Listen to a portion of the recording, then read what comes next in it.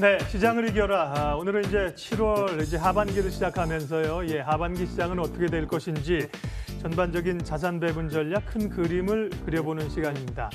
주제 자체는 뭐 7월 첫 장에 할 수 있는 이야기 특별한 게 없으나 오늘 모신 분이 특별합니다. 이종우 주식평론가 모셨는데 일단 인사부터 드리고요. 어서 오십시오. 네. 안녕하세요.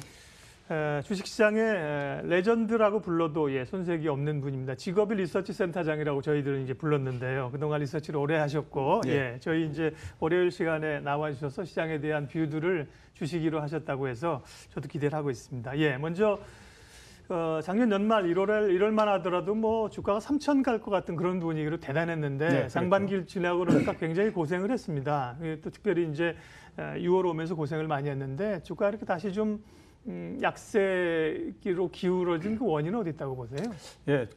최근에 아무튼 주가가 하락을 할 때 많이들 얘기하는 게 이제 무역 분쟁 얘기를 많이 합니다. 그러니까 중국하고 미국 사이에 분쟁이 붙었기 때문에 이 부분들이 우리나라 주식시장에 굉장히 영향을 많이 미칠 거다라고 하는 얘기가 이제 거의 대부분인데요. 제가 봤을 때 그 부분은 상당히 좀 부풀려진 부분이 아닌가라는 생각이 듭니다. 우선 보게 되면요, 다른 나라의 무역 분쟁이 우리나라 주가에 영향을 미쳤던 예가 없습니다. 그리고 미국하고 중국 사이의 분쟁이 과연 영향력이 얼만큼 될 건지 하는 부분들도 대단히 미미하고요. 그다음에 우리나라에 오는 영향을 보게 되면 중국을 통해서 오게 되거든요. 그렇기 때문에 그 경로가 굉장히 길 수밖에 없고, 그다음에 연초 이래로 위안화가 대략 한 7% 정도 절하가 됐기 때문에 그거를 충격을 완화할 수 있는 쿠션이 충분히 있다라는 생각이 듭니다. 그래서 무역 분쟁이 일정 부분 어느 정도 영향은 미쳤겠지만 그게 전부는 아니다라는 생각이 들고요. 가장 큰 원인을 보게 되면 우선 역시 이제 미국의 금리 인상을 하고 하는 부분들이 가장 큽니다. 6월 달에 금리를 인상하면서 이제 전 세계적으로 저금리의 기조는 끝났다라고 하는 것이 일반적인 그 생각이 됐고요. 그 부분들은 9년 동안 주가를 끌고 왔던 부분들이기 때문에 당연히 크게 영향을 미칠 수밖에 없습니다. 그리고 두 번째를 보게 되면 이제 그 경기 둔화 부분인데요. 최근에 보게 되면 국내 경기에 대한 우려가 상당히 많지 않습니까? 그렇죠. 이 부분들이 결국 보게 되면 과거에 순차적으로 경기가 나빠지게 되면 기업 실적이 둔화되더라라고 하는 기억이 있기 때문에 이런 경기 둔화가 2분기 기업 실적에 상당히 영향을 미치지 않겠느냐라고 하는 부분들이 지금 주식시장을 잡는 그런 역할을 하고 있다고 볼 수가 있죠. 역시나 뭐 기대했던 것처럼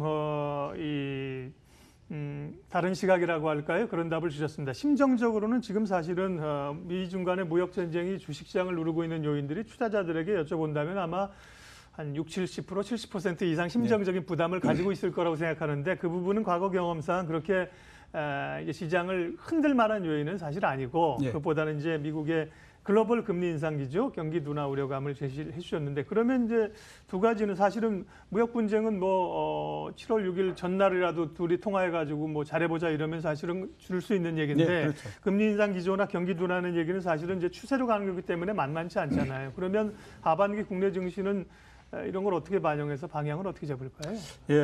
결국 보게 되면 지금의 하락이 약세장으로 가는 거냐라고 하는 부분들이 가장 관건일 텐데요. 가능성이 없는 건 아니다라고 말씀을 드리고 싶습니다.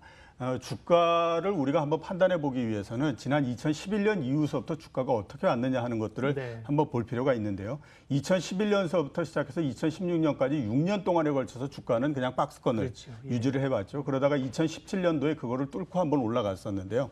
한번 올라간 부분들이 보게 되면 박스권을 한 단계 정도 위로 올려놓은 형태였습니다. 그래서 고점이 2,600포인트 정도가 됐고 그다음에 저점이 2,350포인트 이렇게 됐는데 지금 주가가 2,350포인트를 왔다 갔다 하고 있는 상황이지 않습니까? 그래서 이 부분을 방어할 수 있게 되면 그 2017년서부터 만들어진 박스권이 유효하다라고 봐야 되고 그렇지 않을 경우에는 다시 박스권이 밑으로 밀린다라고 생각을 해야 되기 때문에 만약에 밀린다라고 하게 되면 주가는 과거 6년 동안에 왔던 박스권의 상단이 2,200포인트까지도 떨어질 수가 있습니다.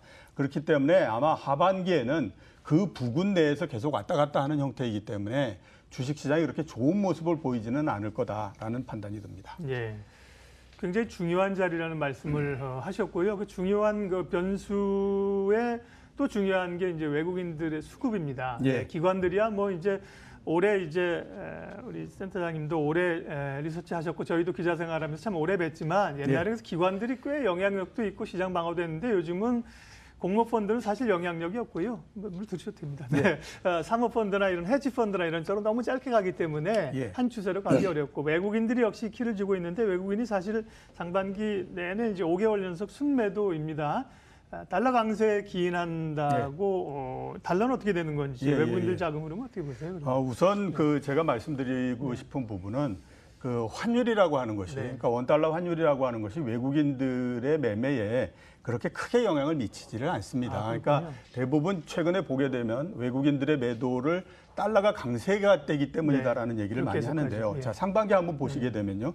외국인들이 주식을 3조 7천억 원 정도 매도를 했습니다. 그에 비해서 채권은 대략 한 20조 정도 순매수를 했거든요. 만약에 그 환에 따른 영향을 훨씬 더 많이 받는다라고 하게 되면 당연히 채권이 훨씬 더 영향을 많이 받겠죠. 그렇기 때문에 채권을 팔고 했어야 되는데 주식을 팔고 채권을 사고 한다라고 하는 것은 외국인들이 우리가 생각하는 거하고 다르게 이 그 환에 대해서 그렇게 크게 민감하게 반응을 하지 않는다라고 하는 겁니다. 그러면 외국인들이 왜 매도를 하느냐라고 보게 되면 주식은 주식으로서 판단을 해야 되는 거죠. 그러니까 우리나라의 주식 시장이 앞으로 봤을 때에 그다지 많이 상승을 하거나 이럴 가능성이 높지 않다라고 보기 때문에 이제 매도를 하는 부분들이니까 결국 외국인들의 매도가 어느 정도에서 끝나느냐 하는 부분들은 우리나라의 주식 시장이 언제쯤 돌아설 수 있느냐 하는 것과 직결된다라고 봐야 될 거라고 그렇게 생각이 됩니다. 그럼 이제 환율만 좀 원화마 이제 약세가 진정되면 외국인 자금이 들어올 걸로 기대하는 시각들은 좀 순진한 생각이다. 예, 그렇죠. 그렇게 보시면 안 되고요. 보다 더 중요한 부분들은 주식 시장 자체가 조금 회복이 돼야 소위 이제 가능하지 않나. 한국의 펀더멘탈이나 경제 상황이나 혹은 이제 남북 경협 이런 게 실제로 효과를 내고 기업들의 실적이 좋아지느냐. 예, 그렇죠. 예. 자, 시장의 대장주인 삼성전자 얘기를 하겠습니다. 삼성전자가 액분하면서 이제 개인들도 충분히 삼성전자 주식을 살 수 있다. 그러면서 사실 또 많이 사셨는데 이후부터 공교롭게 빠졌고요.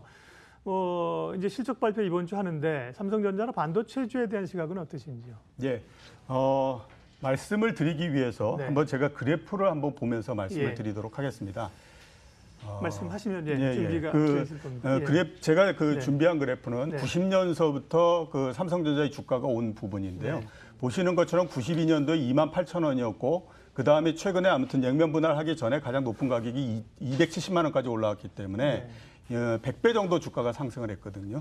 삼성전자가 주가가 100배를 상승하는 건 이게 5배의 과정을 거쳐서 이루어졌습니다. 1차, 2차 상승은 반도체에 의해서 이루어졌고요. 3차, 4차 상승은 핸드폰에 의해서 이루어졌고 그다음에 5차 상승은 역시 반도체에 의해서 이루어졌는데 1차, 2차하고 3차, 4차를 한번 비교해 보시게 되면 1, 2차 상승 반도체에 의해서 왔던 거는 굉장히 급등을 하고 그다음에 한번 그 고점을 치게 되면 빠르게 하락하고 이런 형태였죠. 결국 이런 과거의 모습 자체가 지금의 주가를 결정하고 있다라고 볼 수가 있는데요.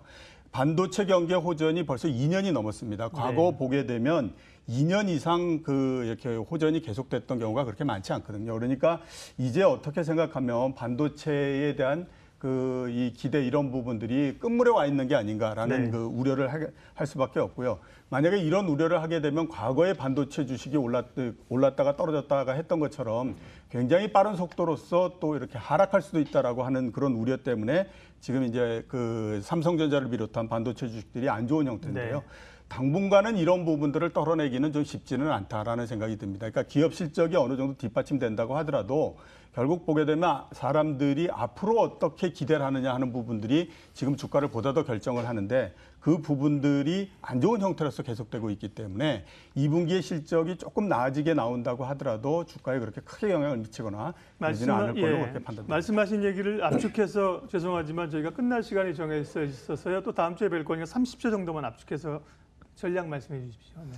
예, 주식 시장을 보게 되면 추가적으로 그렇게 당분간 빠른 속도로서 좋아지거나 그럴 가능성은 현재로서는 높지 않다라는 생각이 듭니다. 결국 보게 되면 2,300포인트대 내에서 계속 왔다 갔다 하는 형태가 될 걸로 보이고요. 그다음에 종목별 대응 이런 부분들이 계속 지속될 가능성이 높기 때문에 우선 보게 되면 종목 쪽에 포커스를 맞추는 전략을 가져가셔야 될 필요가 있다. 이렇게 생각이 듭니다. 역시나 이제 기대했었던 색다른 얘기를 많이 해주셨고요. 오늘 못다한 이야기는 또 다행히 월요일 날 매주 뵐 수 있으니까요. 이종우 주식평론가 함께 말씀드렸습니다. 인사드리면서 저희 출발 마켓온도 마치고요. 내일 다시 뵙겠습니다. 함께해 주셔서 고맙습니다.